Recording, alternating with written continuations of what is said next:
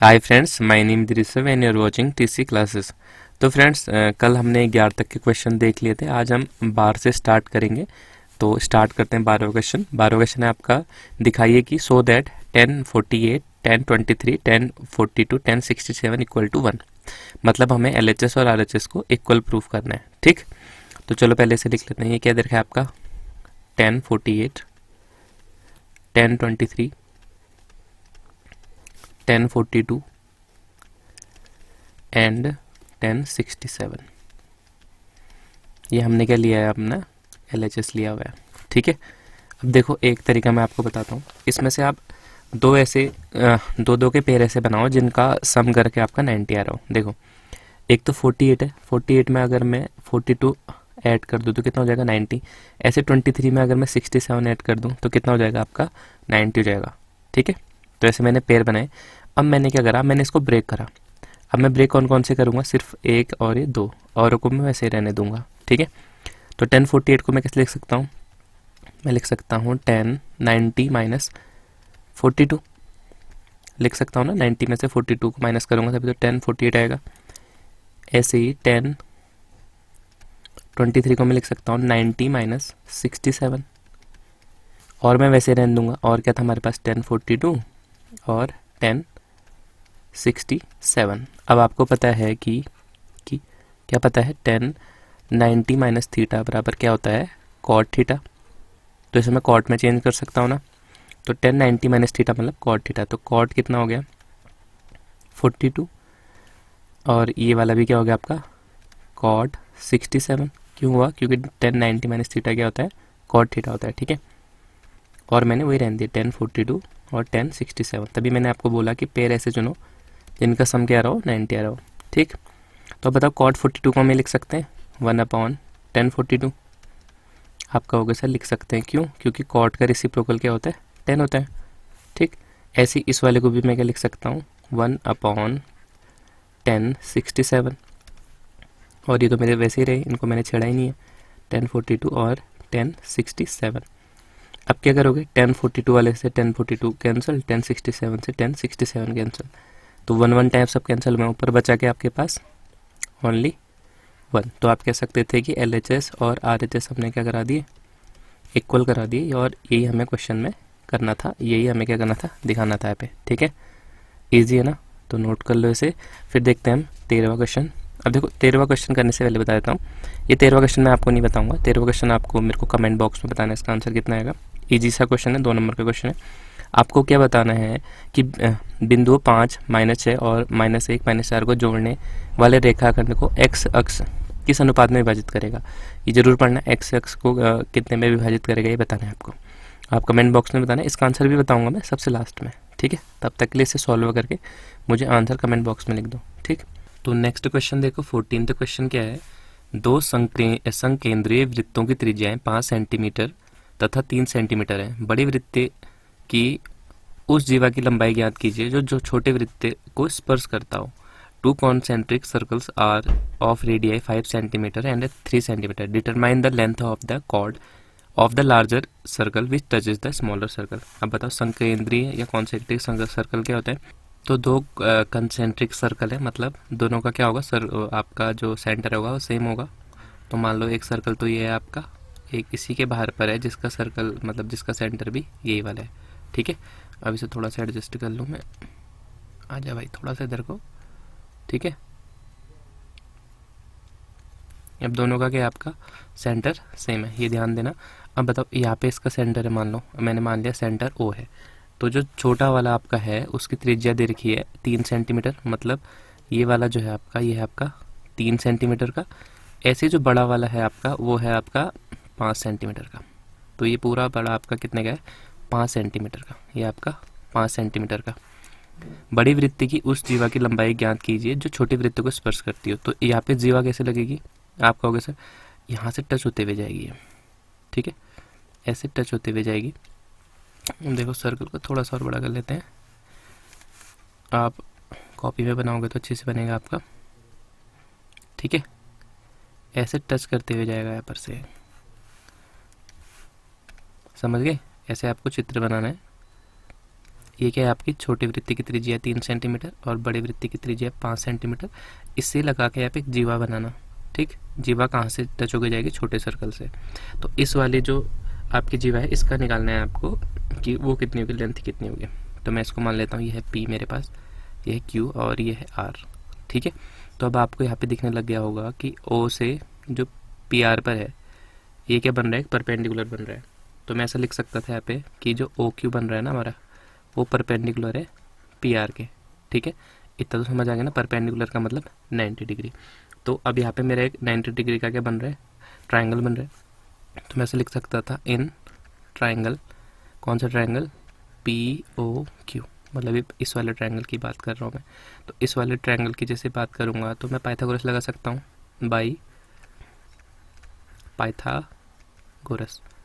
तो Pythagoras theorem लगाई मैंने यहाँ पे। तो पाइथागोरस थ्योरम लगाओ, क्या वो कहती है पाइथागोरस थ्योरम, वो कहती है जो हमारा क्या होता है, हाइपोटेनस का स्क्वायर होता है वो परपेंडिकुलर के स्क्वायर और बेस के स्क्वायर का, बेस के इसमें पी क्यू, तो पी क्यू के स्क्वायर का के सम के बराबर होगा। ठीक है, तो पी क्यू कितना दिखा है आपको, सॉरी कौन सा था, हाँ बी क्यू, ये पी ओ होगा आपका, हाँ यहाँ पे गलत हो गया थोड़ा सा।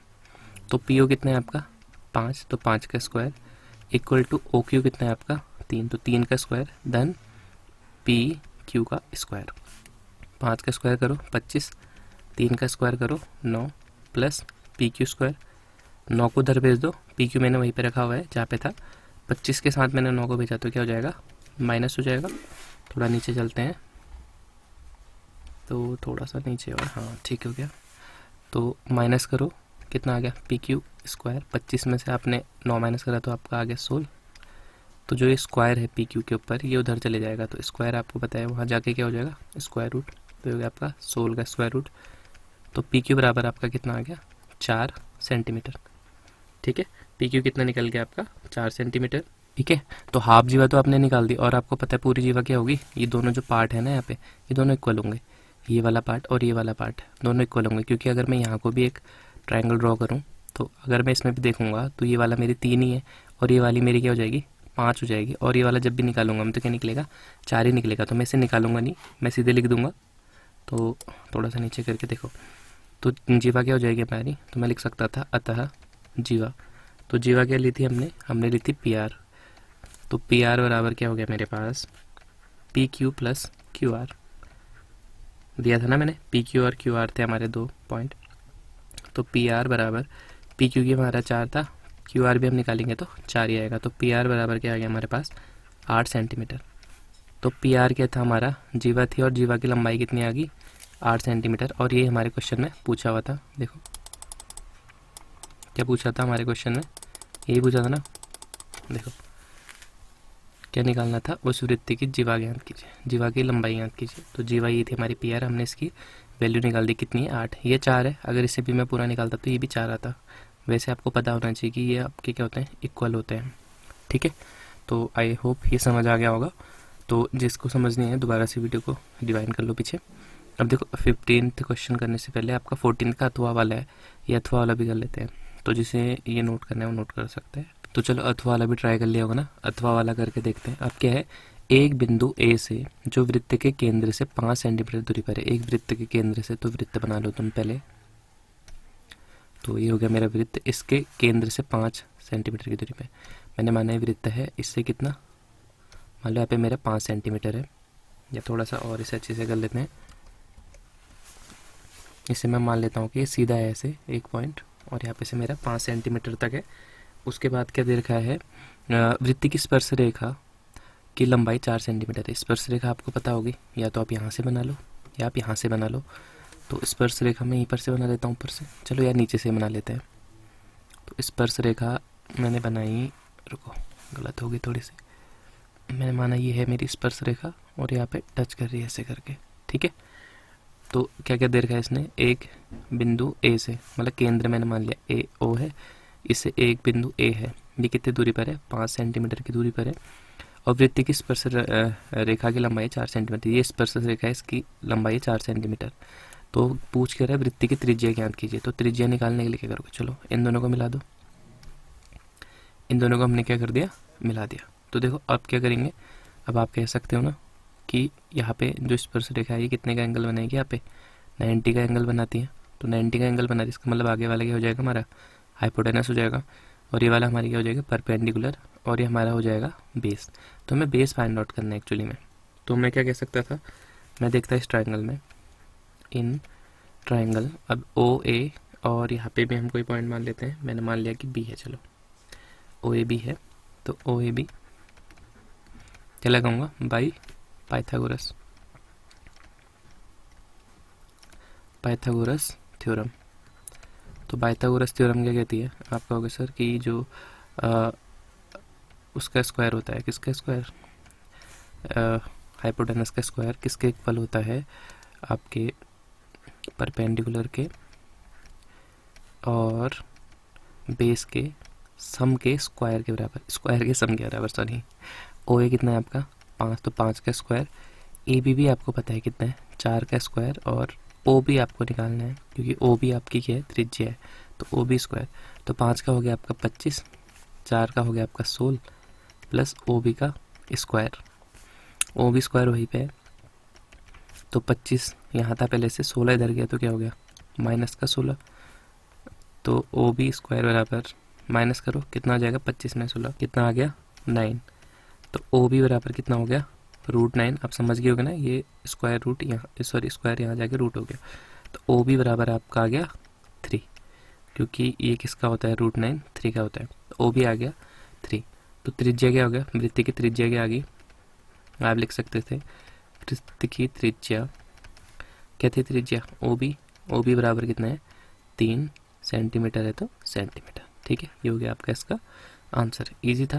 क्या करना था, एक वृत्त लेना था, उससे एक जो आपका क्या था सेंटर था, उससे एक बिंदु एक तक की दूरी थी 5, और एक स्पर्श रेखा जा रही थी, अभी स्पर्श रेखा भी उससे मिलानी थी आपको ए से, तो उसकी दूरी थी कितनी, 4 सेंटीमीटर। तो आपको निकालना था ओ बी की दूरी, मतलब त्रिज्या निकालनी थी। तो ये भी पाइथागोरस से आपका हो गया, ठीक है, नोट कर लो इसे। फिर नेक्स्ट देखते हैं 15। अब देखिए नेक्स्ट क्वेश्चन 15 है, दी गई आकृति में यदि P Q is parallel to R S है तो सिद्ध कीजिए triangle P O Q is similar to triangle S Q are.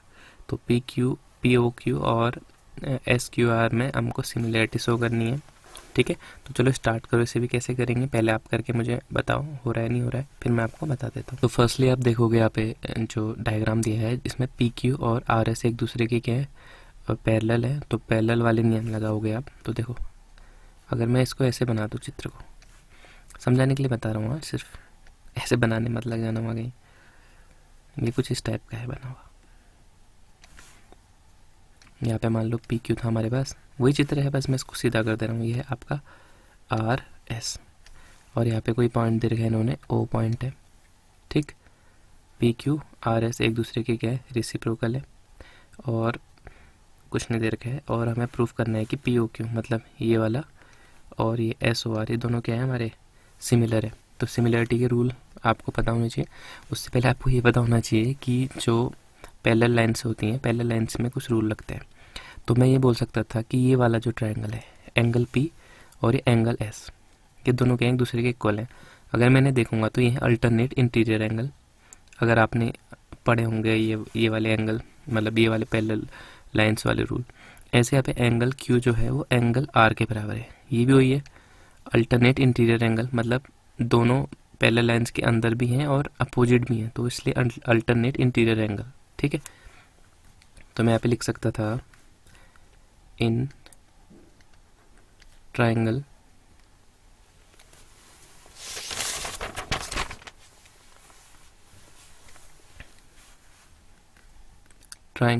P Q O, मतलब या तो पी ओ क्यू या पी ओ क्यू जो भी लिखते थे आप। चलो मैं इसे इरेज करके दोबारा लिख देता हूँ, पी ओ क्यू एंड दूसरा कौन सा है, ट्राइंगल एस ओ आर। तो मुझे कौन सा एंगल बोला मैंने आपसे, ये वाला एंगल, एंगल पी, मतलब इसे लिखोगे कैसे, या तो ओ पी क्यू लिखो या तो क्यू पी ओ लिखो। मैं लिख देता हूँ पी, सॉरी पी पहले कहाँ लिख दिया मैंने, पी बीच में आएगा आपके, तो मैंने लिख दिया Q P O angle equal है किसके, आपसे कहा मैंने कौन से एंगल के, ये एस वाले। तो आप लिखोगे R S O, angle R S O, angle Q P O किसके इक्वल है, एंगल आर एस ओ के। क्यों, आप कहते सर क्या है, अल्टरनेट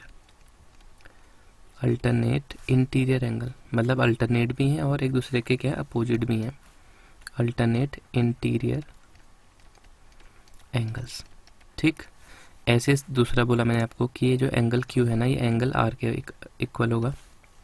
ऐसे लिखते हैं अब, angle P Q O, angle P Q O आपका इक्वल होगा, पी क्यू ओ इक्वल होगा आपके S R O, angle S R O के, क्योंकि ये क्यू वाला किसके इक्वल है, आर के इक्वल। ये भी वही सेम ऊपर वाला है, अल्टरनेट इंटीरियर एंगल। ठीक है, पूरा लिखने से। अब देखो नेक्स्ट हमारे पास ये वाला था, देखो जब भी ऐसे दो लाइनें एक दूसरे को क्या करती हैं, क्रॉस करती हैं, तो इसमें 4 एंगल बनते हैं। ये वाला, ये इनको बोलते हैं वर्टिकली अपोजिट एंगल। ये भी क्या आपका वर्टिकली अपोजिट या शीर्षाभिमुख कोण जिन्हें में बोलते हैं। तो यहाँ पे अगर मैं बोलता कि angle P O Q is equal to angle S O R, कैसे, vertically opposite angle, vertically opposite angle. और जो हिंदी वाले में कैसे लिखोगे, शीर्षाभिमुख कोण। ठीक, तो 3 चीज़ आपको मिल गई, ये भी एंगल है, ये भी एंगल है, ये भी एंगल है। तो आप लिख सकते थे कि triangle P O Q is similar to triangle S O R by A, मतलब एंगल एंगल एंगल। ठीक, समझ आ गया ना कैसे आपको प्रूफ करना था, तो नोट कर लो। फिर देखते हैं हम 16th क्वेश्चन। नेक्स्ट क्वेश्चन है आपका 19वां, प्रूव दैट। आपको प्रूव करना है जो यहाँ पे आपको एक्सप्रेशन दिए हुए हैं। तो हमें पता है हम कैसे करते हैं, हम LHS लेते हैं ज़्यादातर, RHS से भी कर सकते हो, बट नॉर्मली हम LHS से सॉल्व करते हैं। तो यहाँ पे क्वेश्चन तो लिखा हुआ है, तो मैं इसका LHS लूँगा। LHS मतलब लेफ्ट हैंड साइड, मतलब ये वाला साइड हम पकड़ेंगे और इसे सॉल्व करके ये वाला आंसर हम निकालेंगे। ठीक है, तो चलो यहीं से स्टार्ट कर देते हैं। तो सबसे पहले क्या, sine A plus cosec A, और इसका क्या है, स्क्वायर है, प्लस फिर है आपका कॉस ए प्लस सेक ए का स्क्वायर। ठीक, LHS ले लिया मैं लिखता है यहाँ पे इन LHS। इतनी चीज़ें मुझे दी हुई थी।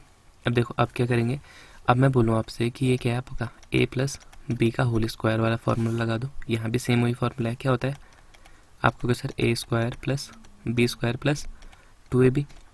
ठीक, तो इस पर लगाओ, a के यहाँ पे साइन a है और b के यहाँ पे कॉसेक a है, तो लगाओगे तो क्या होगा, sine square a plus cosec square a plus 2ab, 2 into sine a cosec a।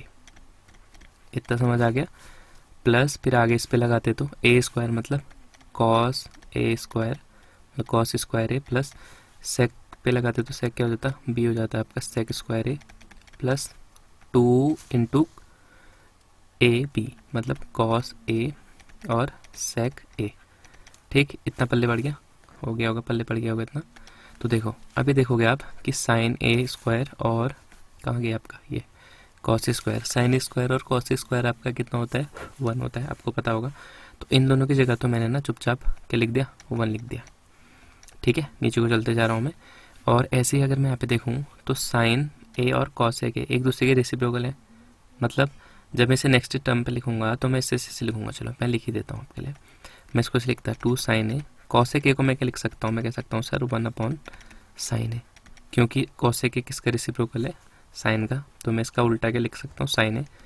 Cos square है वैसे रहने दो भी, अच्छा सॉरी कॉस स्क्वायर है तो हमने निकाल ही दिया ना, तो कॉस स्क्वायर को मैंने निकाल ही लिख दिया, मैं इरेज कर देता हूँ। कॉस स्क्वायर है तो हमारा साइन के साथ निकल चुका है। इसके बाद बचा हमारे पास सेक स्क्वायर है प्लस एक ही भी बचा हुआ था कॉसेक स्क्वायर है प्लस एक ही बचा था हमारे पास 2 कॉस सेक है, तो 2 कॉस ए, सेक को मैंने चेंज कर दिया तो सेक रेसिप्रोकल होता है कॉस का, तो कॉस ए। तो यहाँ पे आप देखोगे कि जो ये वाले टर्म है ना, साइन से साइन कैंसिल हो जा रहा है, कॉस से कॉस कैंसिल हो जा रहा है। ये चीज़ मैं यहाँ पे भी कर सकता था, मैं कहता यार कॉस से ना साइन कैंसिल हो गया हमारा। तो ये आपको समझाने के लिए लिखा है बस मैंने, आप भी ऐसे लिखना वैसे पेपर में एक्सप्लेनेशन करके लिखो तो ज़्यादा अच्छा रहेगा। ठीक, तो यहाँ पे से बचा आपका 1 प्लस ये तो कट गया सारा, तो यहाँ पे से 2 इंटू 1 कितना बचा 2।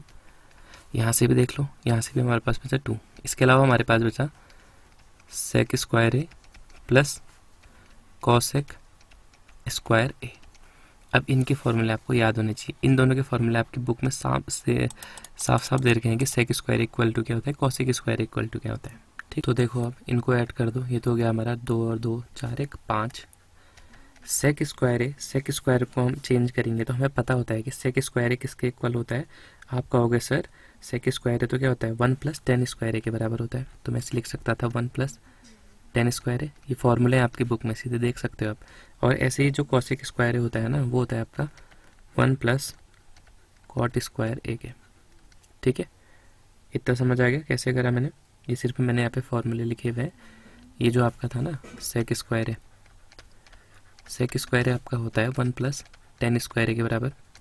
ये आपकी बुक का कोई है जो मैंने लिखा, ये होता है कॉसेक स्क्वायर है। कॉसेक स्क्वायर होता है आपका 1 + कॉट स्क्वायर ए। ठीक है, ये दोनों यहाँ पे मैंने आइडेंटिटीज यूज कर रखी है, तो डरने की बात नहीं है। तो चलो ये हो गया आपका 5 और 1 6। ए के नंबर था हमारे पास 7, तो 7 + 10 स्क्वायर ए + कॉट स्क्वायर ए।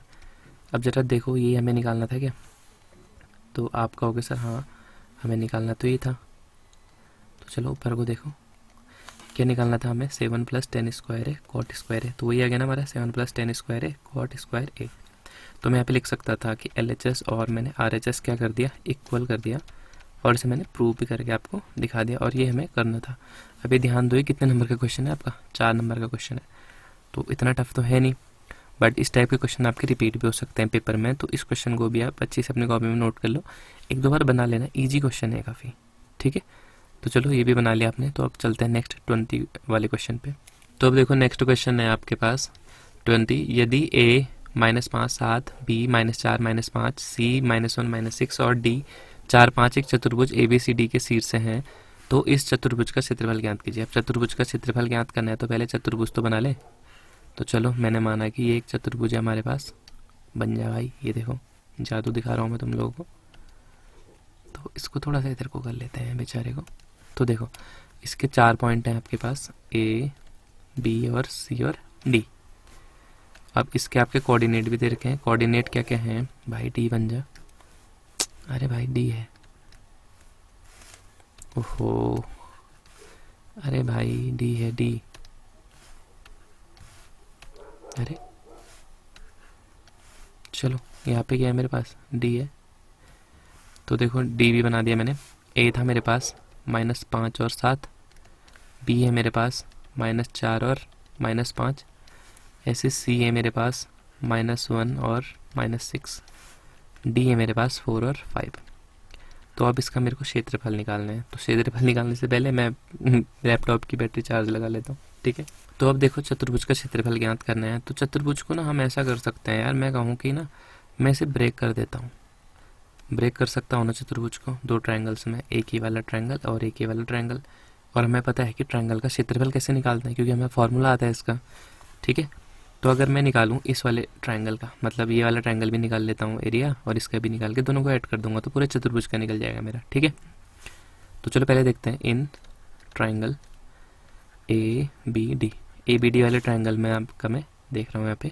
तो ABD वाले में देखो एक तो फॉर्मूला होता है एरिया ऑफ ट्रायंगल ABD। ये फॉर्मूला है आपका, आपको याद रखना पड़ेगा 1/2 ब्रैकेट के अंदर x1 y2 - y3 plus x2 y3 - y1 plus x3 y1 - y2। तो इतना बड़ा खतरनाक सा फॉर्मूला है, इसमें रखने की बात तो आपका आंसर आ ही जाएगा इजीली, लेकिन फॉर्मूला याद कर लेना है भाई लोग। ठीक, तो यहाँ पे देखो आपकी XY, आप x1 x2 x3 क्या है समझना पड़ेगा आपको। जिस ट्रायंगल को ले रहे होंगे तो उसी को पकड़ना। तो उसके लिए क्या होगा, A वाला हमारा x1 y1, ऐसे ही वाला x2 y2, और D वाला क्या हो गया हमारे पास x3 y3। ठीक, अब रख दो। इसमें रखेंगे तो हमें दिखेगा कि 1/2 x1 कितना है, आप कहोगे सर x1 है -5।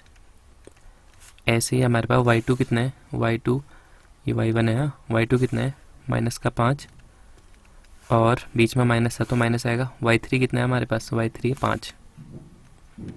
5 धन x2। x2 कितना है, x2 है हमारे पास माइनस का 4, फिर क्या है हमारे पास y3 है, y3 देखो y3 कितना है 5, y1 कितना है, y1 पे जाओ आप, ये है 7, तो 5 माइनस 7, फिर ऐसे ही प्लस x3 देखो, x3 मेरे पास 4 और फिर ब्रैकेट के अंदर है y1 कितना है आपके पास 7 माइनस y2 कितना है आपके पास, y2 देखो यार कितना है माइनस का 5, तो माइनस का 5, कुछ नहीं है। अब इसे कैलकुलेशन करोगे तो आपका क्या निकल जाएगा, इजीली आंसर निकल जाएगा। तो इसे मैं थोड़ा सा नीचे नीचे खिसका लेता हूँ क्योंकि जगह मेरे पास हो चुकी है कम और क्वेश्चन हो चुका है बड़ा। ठीक, ऐसे आपको करने में अच्छा लग रहा है नहीं, बता देना मुझे, नहीं तो मैं पूरे पेज पे बता दिया करूँगा। अब मेरे पास यहाँ पे पेपर है ना, तो पेपर देख के थोड़ा अच्छा सा लगता है बच्चों को। ठीक, चलो देखो इसको, अब 1/2 ये हो गया आपका यार फिर से मैं क्या कर रहा हूँ, ये है आपका बाहर का, तो मैंने कुछ छेड़ना ही नहीं है अभी। ये है माइनस का 5, अंदर देखोगे तो माइनस और माइनस हो जाता है प्लस, तो ये हो गया आपका 10, यहाँ पे आपका देखो प्लस माइनस, माइनस का 4, ब्रैकेट के अंदर देखोगे आप तो 5 में से 7 घटाओगे कितना हो जाएगा, माइनस का 2, क्योंकि बड़ी संख्या माइनस की है तो ये भी माइनस का ही आएगा। ऐसे प्लस 4, यहाँ पे देखो माइनस माइनस हो जाएगा यहाँ पे प्लस, तो 7 और 5 हो गया मेरा 12। ठीक है, इतना तो समझ ही सकते हो। अब 1/2 ये हो गया आपका, मल्टीप्लाई करो 5 10 जा 50, माइनस माइनस प्लस, तो प्लस का आपका 50 आ गया। ये है माइनस का 4 या माइनस का 2, तो माइनस माइनस प्लस, तो 4 2 जा 8, मल्टीप्लाई में ऐसा ही होता है, आपको याद होना चाहिए। ये है प्लस का, ये भी है प्लस का, तो ये हो गया आपका बरचक्कू 39। ठीक है, सबको ऐड कर दो तो आपका होगा सर ऐड करके ना हमारा कितना आ गया, 50 में 8 ऐड करो तो ये हो गया 58 प्लस 48, और करो इसे सॉल्व तो 1/2, 8 और 8 हो गया आपका 16, 5 और 4 9 और 1 10, तो ये आ गया आपका 106। ये मल्टीप्लाई में, तो 1 से इसको मल्टीप्लाई करोगे तो 106 से आएगा, तो 2 से डिवाइड कर दो, इससे कितना आ गया 2 5 जा 10, 2 3 जा 6, तो एरिया कितना आ गया आपका, area of triangle ABD equal to कितना आ गया 53। ठीक है, 53 स्क्वायर मात्रक आप कुछ भी लिख सकते थे इसमें, तो ये आ गया आपका 53 आ गया। तो अब हमें क्या करना है, अब हमें दूसरे वाले का निकालना है। दूसरा वाला कहने का मतलब क्या है, ये BCD वाले का, इसका तो हमने निकाल लेना, इसका कितना आ गया 53, अब इसके बगल वाले का निकालना है हमें। ठीक, तो चलो मैं इसे इरेज तो नहीं करूँगा क्योंकि इसमें फॉर्मूला लिखा हुआ है तो ठीक ही है, बस हम क्या चेंज करेंगे, इसे थोड़ा सा चेंज कर देंगे। तो ट्राइंगल, अब किस ट्राइंगल की बात कर रहे हैं हम, BCD, तो एरिया भी किसी का निकालेंगे, BCD का ही निकालेंगे, तो इसे भी इरेज कर देते हैं, यहाँ पे लिख देते हैं ट्राइंगल BCD।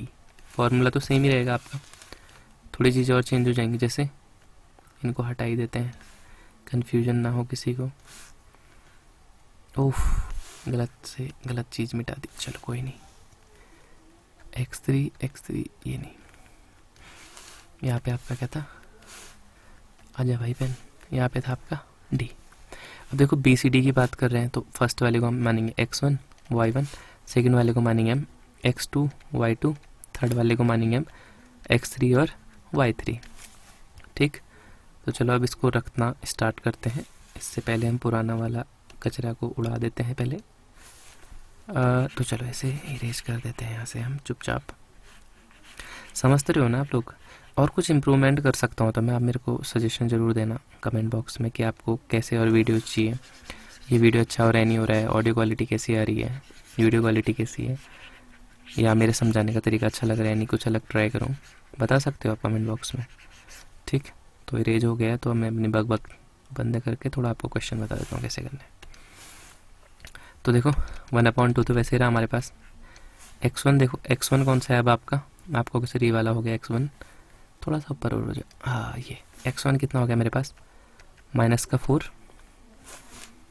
कितना हो गया x1 मेरे पास माइनस का 4, x1 है मेरे पास माइनस का 4, और ब्रैकेट के अंदर है y2, अब y2 ढूंढो कहाँ है y2, ये है y2 हमारे पास माइनस का 6, बीच में था माइनस, और देखो y3 कितना है 5, ऐसे प्लस x2 कितना है मेरे पास, आपका होगा सर माइनस का 1 है, और y3 कितना है, y3 जाओ सीधे इधर 5, माइनस y1 जाओ सीधे ऊपर, वो कितना है माइनस का 5। ऐसे ही प्लस, अब है x3 कितना है मेरे पास 4 है, और ब्रैकेट के अंदर देखो क्या लिखा है y1 और y2।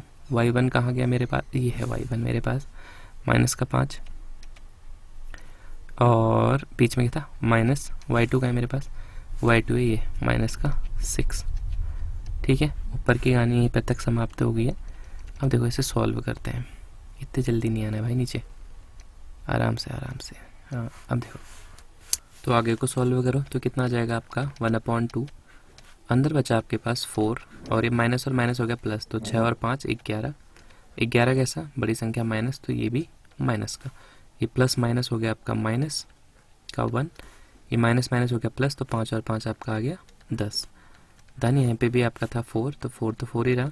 यहाँ पे देखोगे आप तो ये हो जाएगा आपका माइनस माइनस प्लस, बट ये था माइनस का, तो प्लस माइनस माइनस, 6 में से 5 घटाओगे कितना आएगा 1। अब 1 आएगा कैसा, बड़ी संख्या कौन सी है प्लस वाली, देखो ये प्लस किसके पीछे 6 के पीछे, तो 1 आपका प्लस का ही आएगा। ठीक, सॉल्व करो तो आ गया 1/2।